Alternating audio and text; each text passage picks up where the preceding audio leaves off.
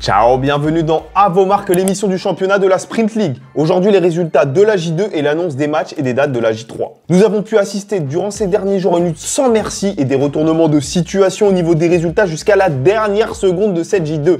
Qui sera sur le podium? Qui a surpris le public attelé en ce début d'année 2025? Voici le résultat marquant de la J2.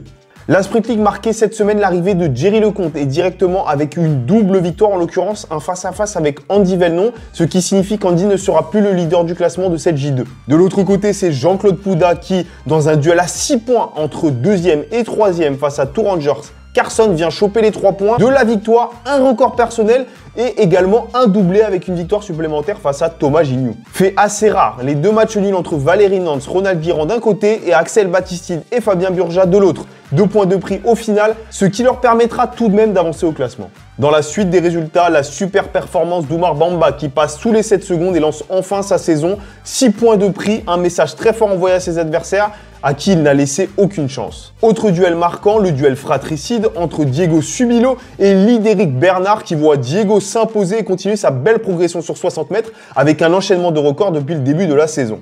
Certains matchs se sont joués au centième, tels que ce match entre Paul Villeneuve et TDH, ainsi que Pascal Emmanuel et Aubin Chambellin, Aubin qui signe son record personnel et empoche les 3 points. Dans un duel 100% féminin au centième, c'est Romane Leplus qui vient choper la victoire à Audrey Paul et va connaître une belle remontée au classement avec 2 victoires dans cette J2. Au niveau de la progression, le trio de tête toujours en place entre Nance, Valérie, Sydney et Benjamin. Sydney ayant de nouveau battu son record personnel, mais il en faudra encore un petit peu plus pour prendre la première place et les commandes du classement à Nantes. A noter la très belle remontée de Joshua Stewart et Lucas Valeza qui apparaissent maintenant au pied du podium. Et c'est au final Jean-Claude Pouda qui prend la tête de ce classement du 60 mètres pour la seconde journée avec 12 points, 4 victoires en 4 matchs et un record personnel.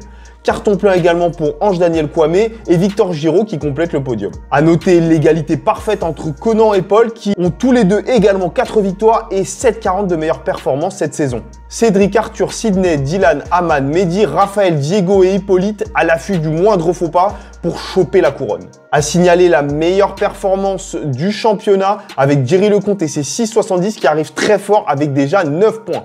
La J3 débute le 13 janvier jusqu'au 26 inclus pour effectuer vos chronos en vous rappelant que si vous ne courez pas dans ces dates, vos anciens chronos n'ayant pas compté pour la J1 et la J2 pourront être pris en compte.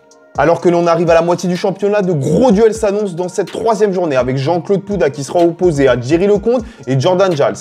Grosse occasion pour Jerry de revenir sur Jean-Claude ou Jean-Claude de creuser l'écart avec un adversaire de taille. Ange-Daniel Kwame se verra lui opposé à Two Rangers Carson et Axel Romet pour conserver sa place sur le podium et peut-être prendre la tête au classement. De son côté, Victor Giraud affrontera Benoît Kwao et Félix Vasseur. Tout de suite, l'ensemble des résultats et des classements. Je vous remercie d'avoir suivi cette vidéo. N'oubliez pas de partager et commenter pour donner de la force au projet. On en a besoin. Rendez-vous la semaine prochaine pour les résultats du 400 mètres. Ciao!